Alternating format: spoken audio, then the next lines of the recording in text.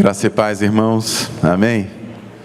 Quero convidá-los desde já a abrirem suas Bíblias no livro de Mateus, capítulo 28. Os versos que vamos ler serão os versos de 1 a 4.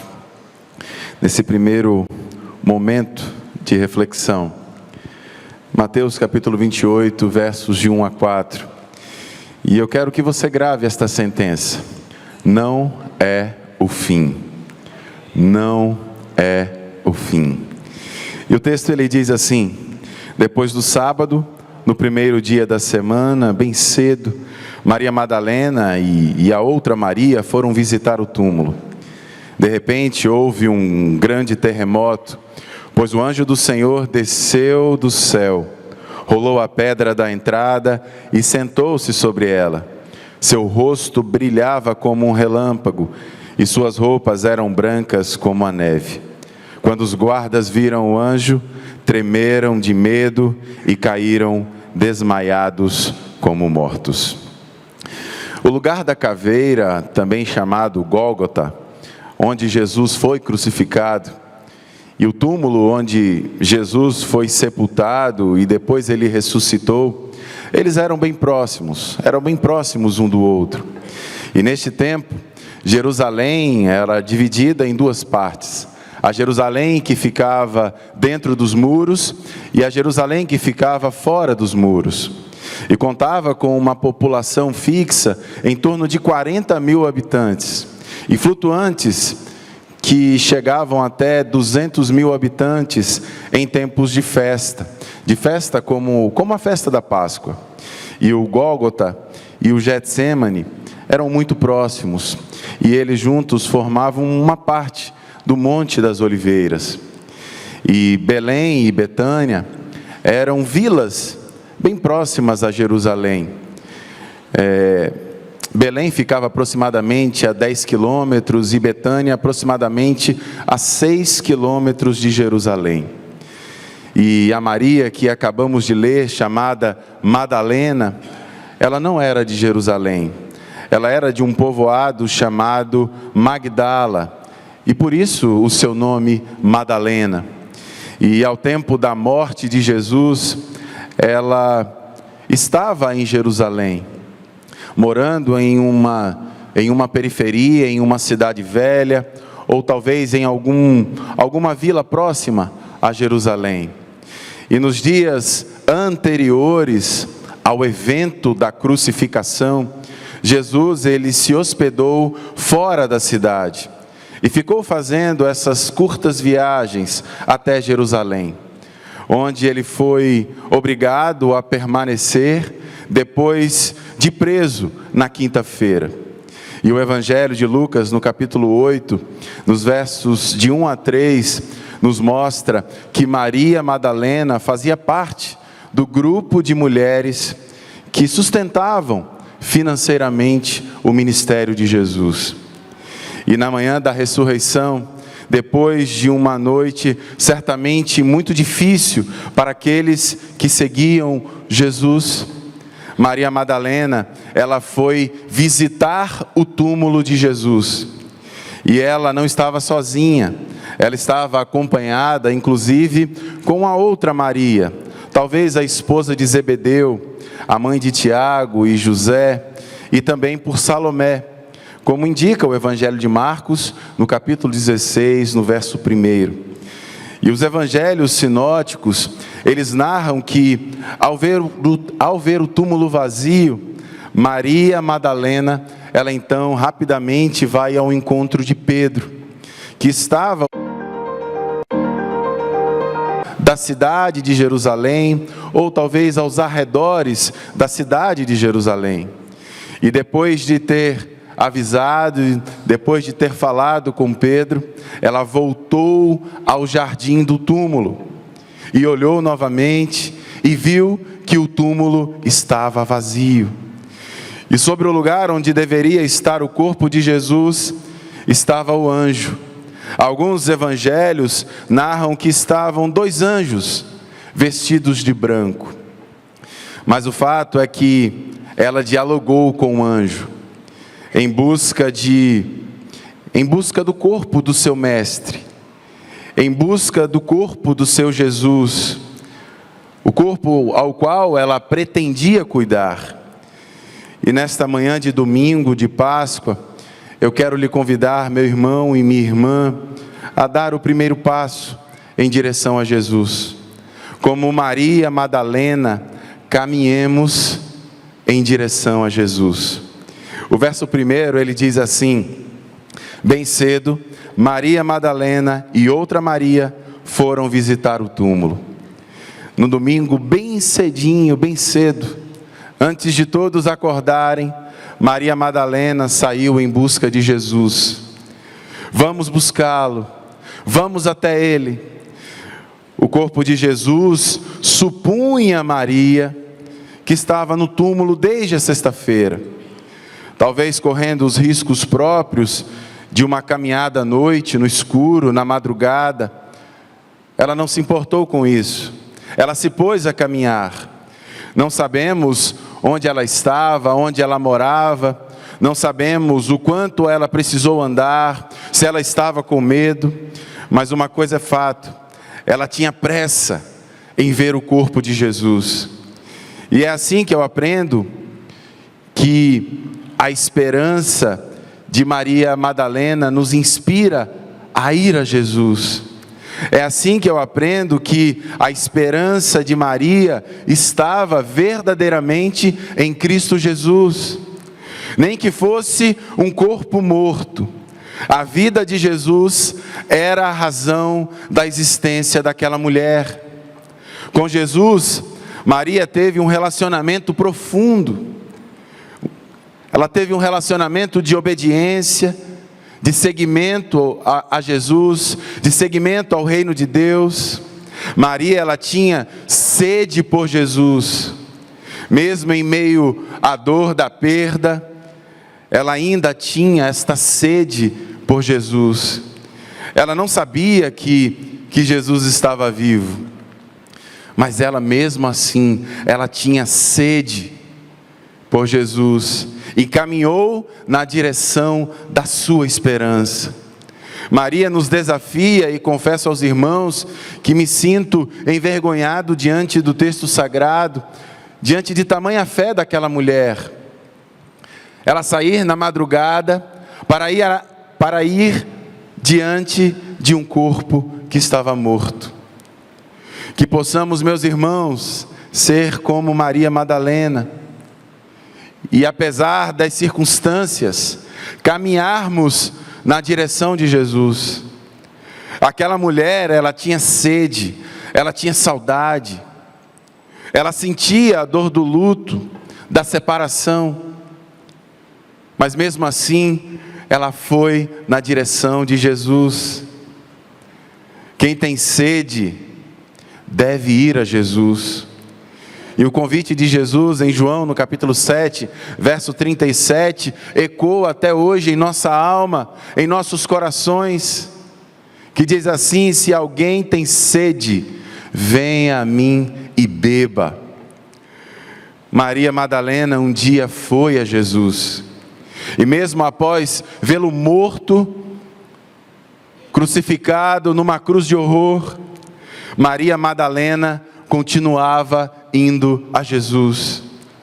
O nosso milagre diário, meus queridos irmãos, atentem para isso.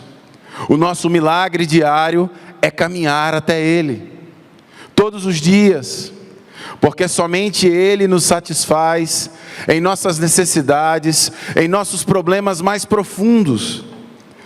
E o meu desejo, a minha oração, é que ir a Jesus seja a sua, seja a minha primeira busca, bem cedo, assim que a gente acordar, antes de começar o dia. Mas eu quero continuar nessa manhã de Páscoa, neste domingo de Páscoa, e eu lhe convido a crer que o túmulo estava vazio.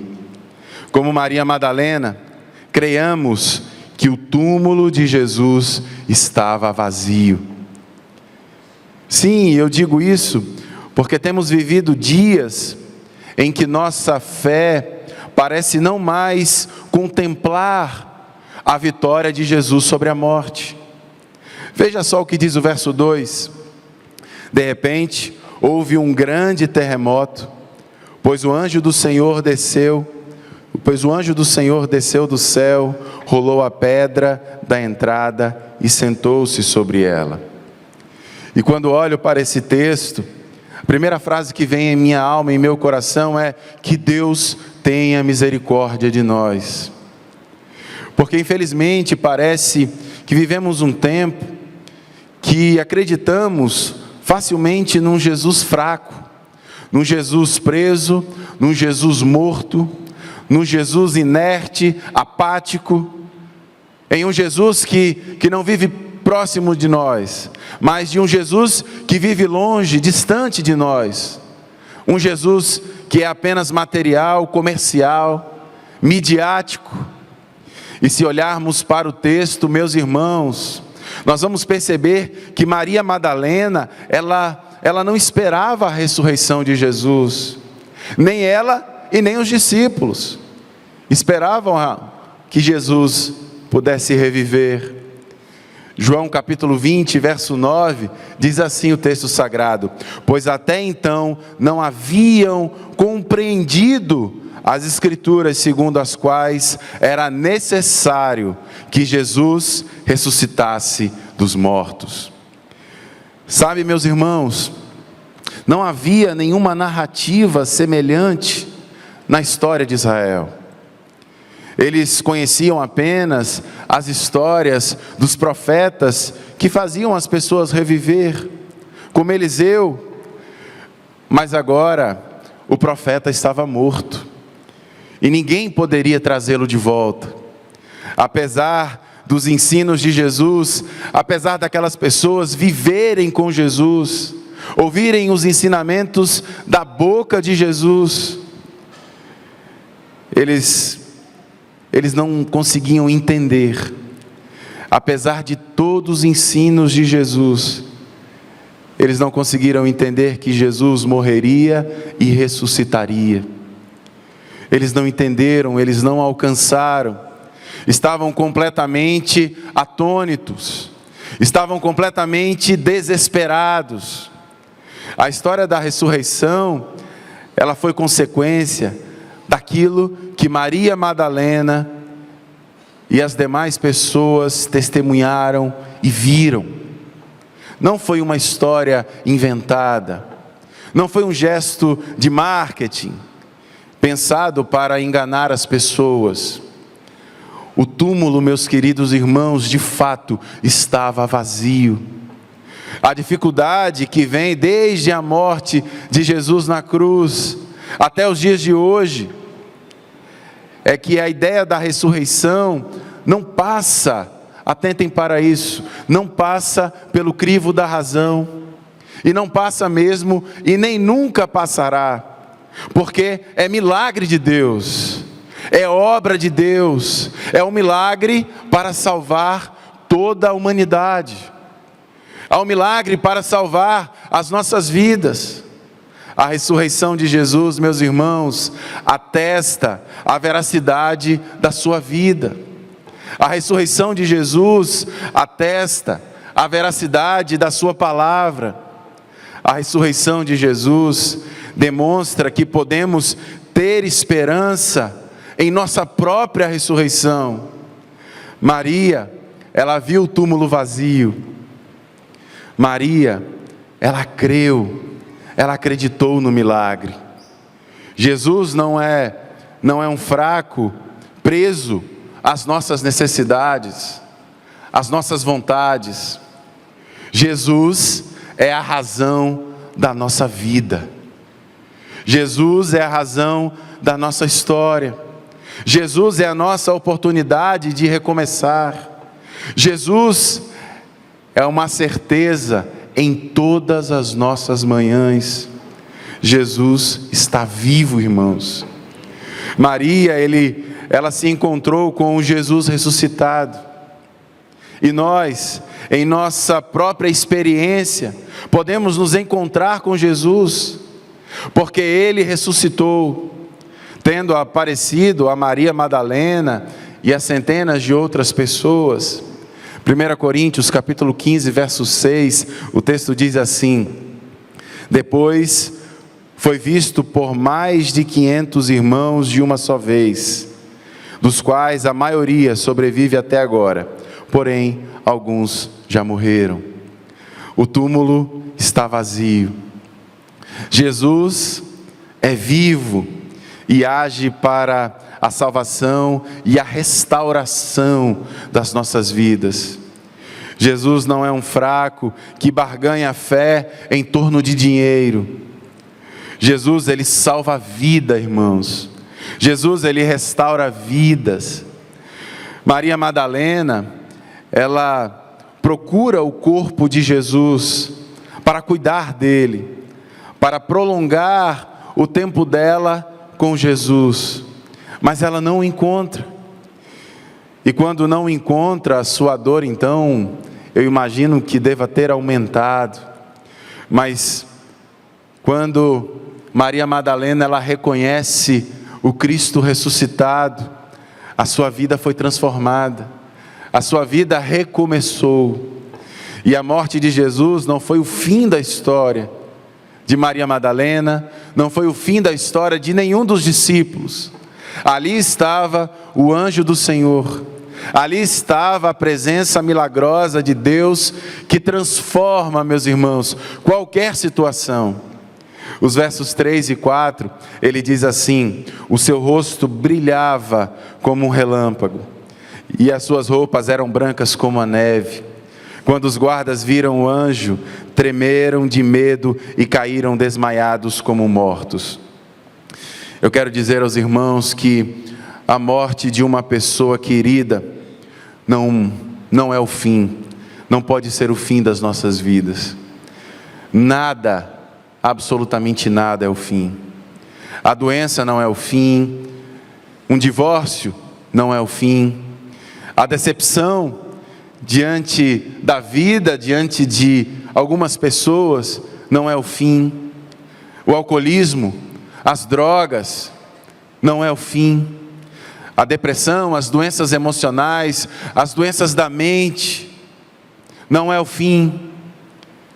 O desemprego, a dificuldade financeira, não é o fim. Um diagnóstico desolador, devastador, não pode ser o fim. Perder a liberdade não é o fim. Perder a esperança em meio à dor não é o fim. Perder a vontade de viver não é o fim. O vale da sombra da morte, meus irmãos, definitivamente não é o fim. Nada, absolutamente nada é o fim. E louvado seja Deus, que nos surpreende com a sua presença, que nos surpreende com o seu poder, mesmo quando tudo parece estar perdido. Para Deus, nada, absolutamente nada é o fim. Amém? Que Deus nos abençoe.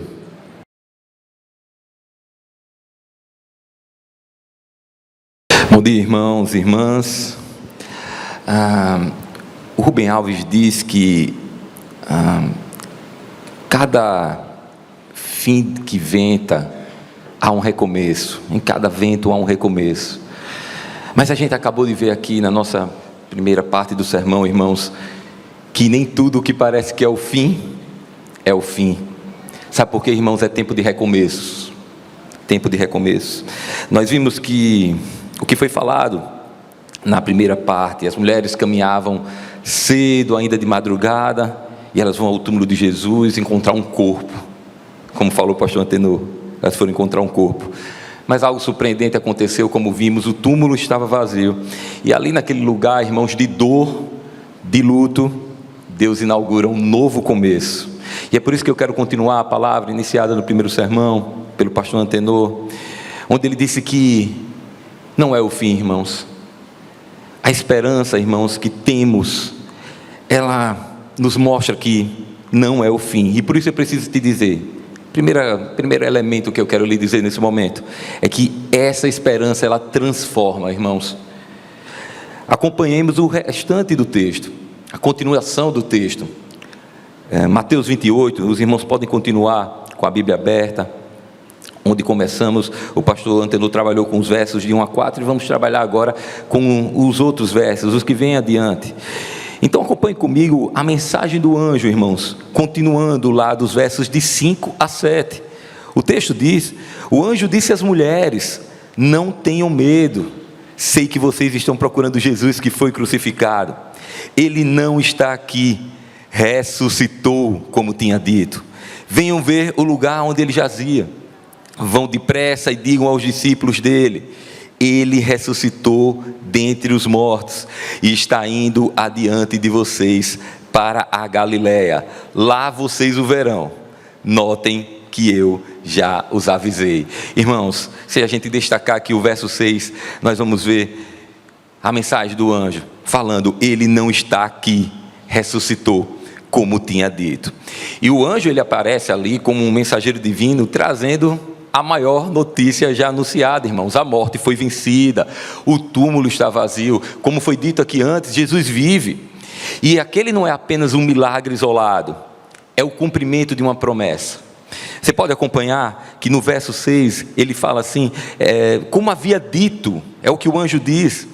Ele fala isso, pois o próprio Cristo fez essa promessa. A gente pode ver isso em alguns textos. Por exemplo, podemos ver em Mateus 16, verso 21, que vai dizer o seguinte: Jesus falando, desde aquele momento Jesus começou a explicar aos seus discípulos que era necessário que eles fossem para Jerusalém e sofressem muitas coisas nas mãos dos líderes religiosos, dos chefes dos sacerdotes e dos mestres da lei, e fosse morto e ressuscitasse no terceiro dia.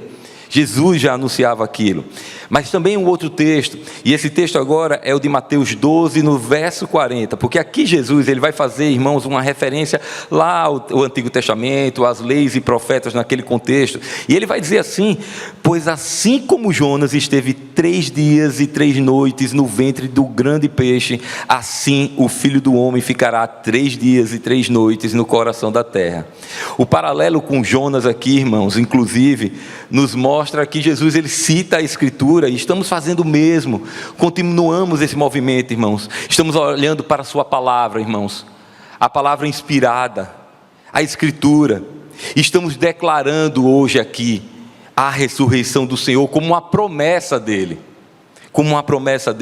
nos revelada através das Escrituras. Portanto, deixa eu lhe dizer, meu irmão e minha irmã, a ressurreição mostra que Deus cumpre suas palavras, mesmo quando tudo parece perdido. Mesmo quando achamos que não há solução, Deus cumpre com suas palavras. E aquilo que parecia ser o fim, irmãos, o sepultamento, a pedra, o silêncio, agora vai se tornar um começo glorioso. Na verdade, vai se tornar um recomeço, irmãos, um recomeço. E aqui tudo se transforma, irmãos. Tudo se transforma, sabe por quê? Eu acho que a gente pode dizer assim, que o lugar da morte se transforma no palco da vida quando olhamos para esse episódio, irmãos, como olhamos para o maior episódio da história. Você acordou hoje 5 horas da manhã, talvez alguns antes, viu? Talvez alguns antes, acordaram bem antes. Todo mundo esperando o café, né, irmãos? Depois você não veio aqui por isso, né? Olha, os jovens adolescentes já estão balançando ali, não concordem comigo. Não é por isso que você está aqui.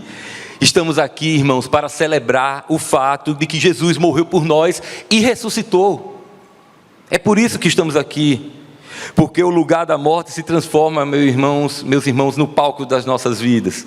Os versos 5 e 6, já lemos, mas repetindo eles, o anjo falou: não tenham medo, sei que vocês estão procurando Jesus que foi crucificado. E mais uma vez, vamos repetir esse texto, ele fala: ele não está aqui, ressuscitou. Essa frase é o coração da nossa fé, irmãos. Essa frase, irmãos, é o coração da nossa fé, sabe por quê? Porque a cruz não foi o fim, irmãos.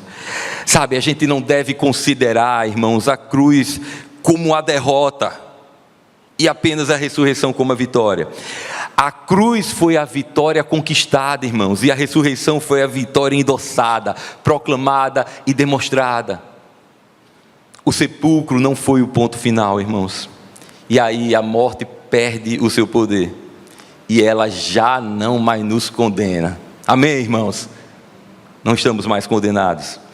Deus nos revelou, irmãos, a história com um final que ninguém esperava. E Ele vai nos ensinar muito mais coisas importantes. E uma delas que estava refletindo é que recomeços verdadeiros, irmãos, começam quando Deus entra em cena. Quando Deus entra em nossas vidas. Porque aquelas mulheres chegaram, assim como falou o pastor Antenor, esperando um corpo. Mas elas saíram com o quê? Elas saíram com uma missão. Chegaram esperando algo e levaram a outro tipo de situação. Chegaram chorando, saíram com esperança. E o mesmo pode acontecer conosco, irmãos. Talvez você tenha chegado aqui achando que a sua história acabou. Eu não sei. Casamento faliu, o pecado te derrotou. Será que estou condenado? O que será que vai acontecer comigo agora? Futuros que parecem sem saída. Mas escuta, irmãos, Ele ressuscitou e isso muda tudo. Se Jesus venceu a morte, Ele pode restaurar a minha e a sua vida. Ele pode restaurar as nossas vidas. Então, quantas vezes, irmãos, quantas vezes? Sabe, muitas vezes a gente não gosta nem de conversar sobre isso. Mas quantas vezes parece que a gente só enxerga sepulcros na nossa frente? Quantas vezes isso acontece? Situações que parecem assim encerradas, destruídas, sem volta, relacionamentos que são falidos, sonhos enterrados, pecados, irmãos, passados que muitas vezes nos prendem. Parece que só olhamos para trás. Mas a mensagem do anjo é clara: não tenham medo. Sabe por quê, irmãos? Porque a ressurreição inaugura recomeços, abre portas que parecem impossíveis. A ressurreição é o ponto do recomeço, irmãos. Ela é o ponto do recomeço. O túmulo vazio, irmãos, não é apenas uma prova do poder de Deus, ele é o ponto de virada, um marco de reinício. O John Stott diz assim: Cristo ressuscitou dos mortos, e ao ressuscitá-lo, Deus nos garantiu que aprova sua morte expiatória, que ele não morreu em vão, e que aqueles que confiam nele recebem perdão livre e pleno. A ressurreição dá validade à cruz. Aquelas mulheres saíram de casa pensando em embalsamar o morto, mas saíram do túmulo com a missão de anunciar vida, irmãos. Que história maravilhosa. Observe o contraste de tudo isso que aconteceu. Elas chegaram em luto e saíram com um propósito. Chegaram em silêncio e saem com uma mensagem. Chegaram em tristeza e saem com esperança. Esse é o evangelho que nós seguimos, irmãos. Esse é o evangelho que nós seguimos. Isso é o que a ressurreição faz conosco, transforma o fim em começo, o luto em missão e a dor em esperança. E ela, como eu falei anteriormente, ela não foi só um milagre, mas ela é um convite. A ressurreição é um convite para começar de novo, como a gente afirmou aqui, um convite para sair muitas vezes da caverna da culpa, da tristeza e da estagnação que ficamos muitas vezes. E a gente pode lembrar aqui da vida de Pedro, talvez a história tão marcante entre os discípulos. Negou Jesus 3 vezes, parece que após a cruz tudo estava perdido para ele, irmãos, mas Cristo ressurreto o restaurou. E ele se tornou o que, irmãos? Uma das principais vozes do evangelho.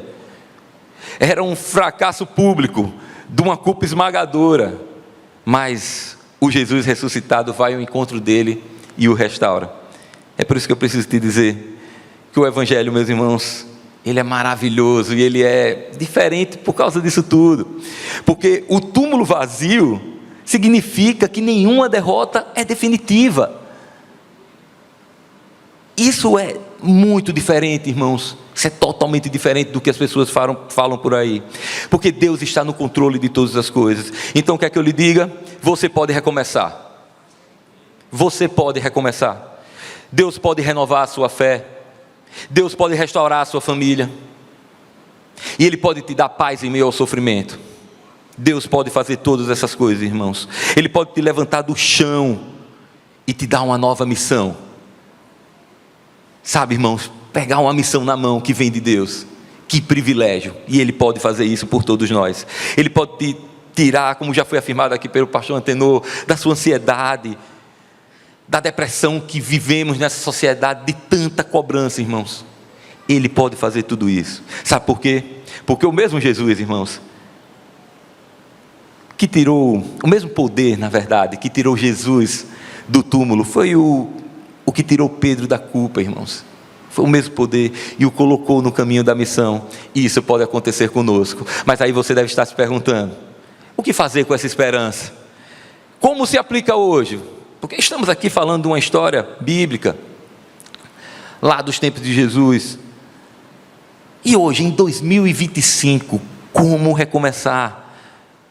Quantos de nós, irmãos, quantas pessoas vivemos como ainda se a pedra estivesse na frente do túmulo? Sabe aqueles cards que você usa lá no seu Instagram, onde quer que você tenha rede social, que você posta lá, Feliz Páscoa, está lá, o túmulo, a pedra está do lado, está aberto. Precisamos fazer isso, irmãos, fora das redes sociais. Precisamos fazer isso com as nossas vidas. Precisamos fazer isso, irmãos e irmãs. A ressurreição não é só uma lembrança da Páscoa, é uma realidade diária, não fica só aqui nessa data. É o chamado de Jesus para a gente se levantar, como Ele se levantou. É o convite para a gente realmente começar de novo, irmãos, em fé, em esperança e em obediência. O que podemos fazer? Primeiro, aceitar que Deus escreve novos capítulos. Nenhuma queda é definitiva, irmãos, na mão dEle. Você quer mais exemplos do que a gente vê na palavra dEle? O próprio apóstolo Paulo, perseguido. Pedro, que já falamos aqui. A mulher samaritana e Maria Madalena, citada no início da nossa pregação, tão bem exposto aqui, o que Jesus fez na vida dela. Ela foi testemunha ocular disso tudo, irmãos. E aí nós somos desafiados a levar essa mensagem aos outros, irmãos, porque o verso 7 fala: as mulheres foram instruídas, vão depressa e digam. Irmãos, nosso recomeço se fortalece quando se torna um testemunho. Quando você expõe isso para o mundo com suas atitudes, com a sua própria vida. Sabe, não podemos só ficarmos maravilhados com o milagre. É hora de agir. O mesmo serve para nós, esse convite, irmãos. É hora de agir. Assim também é com a gente. A ressurreição não é apenas uma celebração, irmãos. É para ser vivida todos os dias, levando esperança onde há desespero, perdoando, irmãos, onde há feridas, perdoando como Cristo nos perdoou, caminhando com fé onde há incerteza. E mais, irmãos, como igreja, nós somos chamados a sermos portadores dessa mensagem. A esperança da ressurreição, irmãos, não pode ficar trancada nas quatro paredes desse templo aqui. Não podem. Tem que ecoar nas nossas casas, nas ruas, no trabalho, onde quer que nós estejamos, para os mais novos, nas escolas, onde quer que nós estejamos, irmãos. Mas deixa eu te dizer, para caminharmos para o fim, para recomeços, irmãos, há um ponto decisivo, um ponto muito decisivo. E eu quero aproveitar o fato de ontem, como igreja, estivemos juntos assistindo a série The Chosen, refletimos muito ontem ainda sobre isso, lá no final.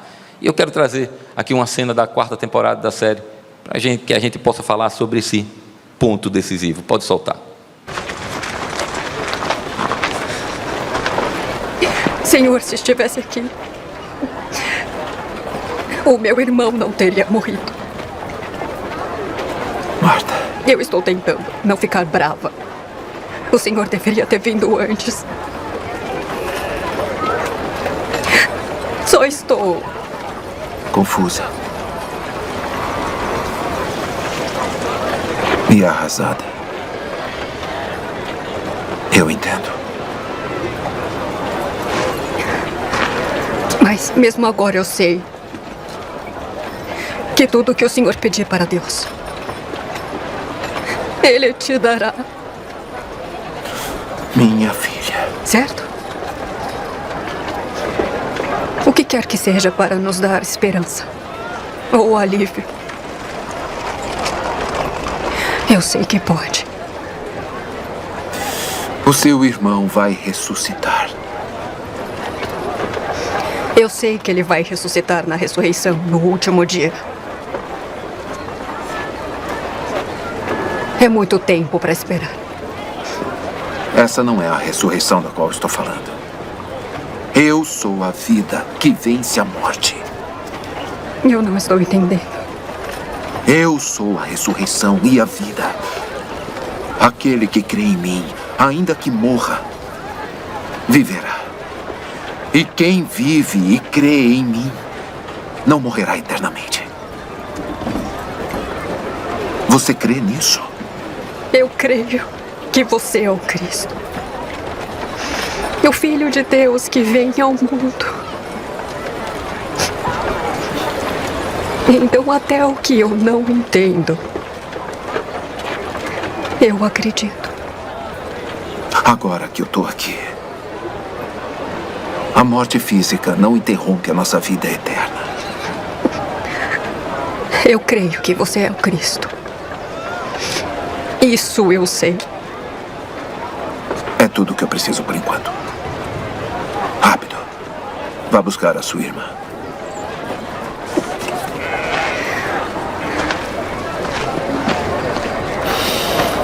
Irmãos, como eu falei anteriormente, quando ela encontrou Jesus, ela sabia do poder que ele tinha.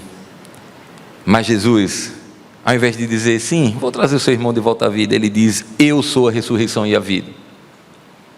Sabe, irmãos, Jesus é suficiente. Jesus é tudo para nós. Antes de anteceder qualquer coisa que esperemos, Jesus é tudo. Isso me lembra uma linda canção de Gerson Borges, que cantamos aqui algumas vezes, onde a letra é lindíssima. Ela vai falar que Jesus Nazareno é tudo que eu tenho, é tudo que eu tenho para te dar. Não tenho ouro nem prata, o meu tesouro não é aqui, não é daqui. Jesus é minha alegria e nunca vai partir. Não tenho ouro nem prata, a minha riqueza é conhecer a Deus. Quando criei em Jesus um dia, o bem que estava morto renasceu, irmãos. Jesus é tudo, irmãos. Jesus é tudo em nossas vidas. E agora que entendemos qual é o ponto decisivo, que Jesus é tudo, que precisamos encontrar Jesus, irmãos, de verdade, a gente pode concluir essa história.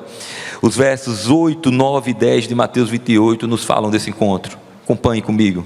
As mulheres saíram depressa do sepulcro, amedrontadas e cheias de alegria, e foram correndo anunciá-lo aos discípulos de Jesus. De repente Jesus as encontrou e disse, salve. Elas se aproximaram dele, abraçaram-lhe os pés e o adoraram. Então Jesus lhes disse, não tenham medo, vão dizer aos meus irmãos que se dirijam para a Galileia, e lá eles me verão.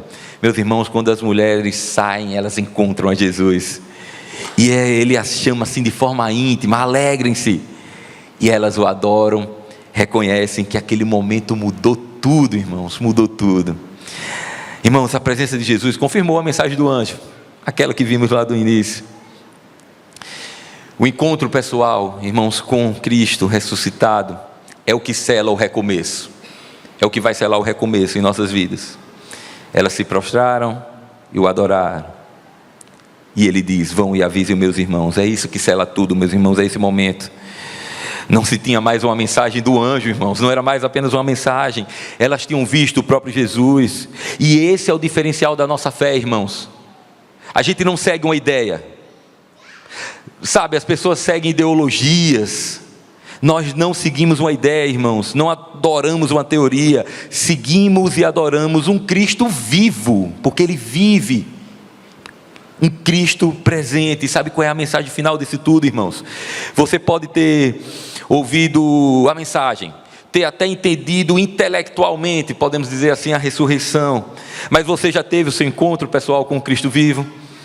É esse encontro, irmãos, que nos levanta, esse encontro que nos cura, é esse encontro que nos envia, irmãos, para a missão. Versículo 10, vão e avisem aos meus irmãos. Eu preciso te dizer, meu irmão e minha irmã, nessa manhã, a missão começa com um recomeço interno em cada um de nós, depois se transforma em compromisso com o reino de Deus. E hoje, não só naquela época, irmãos, não só naquele contexto, hoje Jesus ainda diz, não tenham medo, eu vivo. Você precisa de um recomeço hoje? Sentiu-se chamado para essa mensagem nessa manhã? Não tenha medo. Sabe por quê? O túmulo está vazio. Jesus vive. E Ele está aqui para te levantar, para me levantar. Leve, irmãos, essa esperança com você. Sabe por quê? Porque essa esperança é para sempre. Eu quero convidar já o grupo, a banda, o grupo do louvor para estar aqui, porque nós vamos cantar sobre isso, irmãos. Nós vamos cantar para um Deus que sempre estará conosco, para um Jesus que não apenas morreu, meus irmãos, e ficou ali, Ele ressuscitou, e Ele vive, e Ele está e sempre estará entre nós.